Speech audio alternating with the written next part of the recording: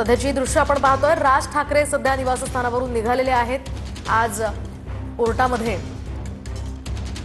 सुनावणी होणार आहे, ज्यावेळी परप्रांतीयांना रेल्वेमध्ये नोकरी देण्याच्या निषेधार्थ मनसेने आंदोलन केलं होतं, त्या संदर्भात याचिका दाखल झाली होती आणि त्या पार्श्वभूमीवर आज या संदर्भातली सुनावणी होणार आहे। या ठाण्यातल्या सुनावणीला राज ठाकरे प्रत्यक्ष हजर राहणार असल्याची माहिती आहे आणि त्या पार्श्वभूमीवर त्यांचा ताफा आता शिवतीर्थ या निवासस्थानावरून निघालेला आहे। थोड्याच वेळात ते या ठिकाणी पोहोचतील। 2008 मध्ये हे आंदोलन करण्यात आलेलं होतं आणि त्या आंदोलनासंदर्भातली सुनावणी आज होतीये।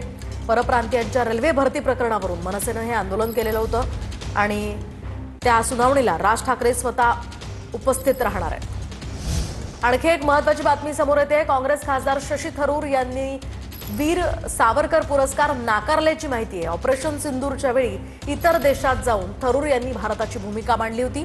HRDC इंडिया संस्थेनं थरूर यांना हा पुरस्कार जाहीर केला होता, मात्र माझ्या परवानगीशिवाय जाहीर केलेला पुरस्कार मी घेऊ शकत नाही असं शशी थरूर म्हणाले। त्यामुळे त्यांनी हा पुरस्कार नाकारल्याची सुद्धा माहिती समोर येते। तर संसदेत बोलताना, आयोगावर बोलताना केंद्रीय गृहमंत्री अमित शहांकडून साला असा उल्लेख झाला आणि त्याचा हा व्हिडिओ राहुल गांधींनी आता ट्विट करत गृहमंत्री अमित शहांवर निशाणा साधलाय।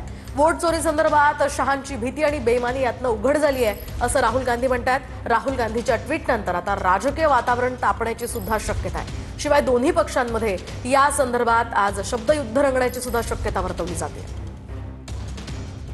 चुनाव आयोग ने तो निर्णय कर दिया, मगर मैं भी साहब थोड़ा ज्यादा सोचता हूं। तो मैंने सोचा साला ये चुनाव आयोग कहता है कुछ नहीं हो रहा है, कुछ नहीं हो रहा है, तो ये लोग आरोप क्यों लगाए?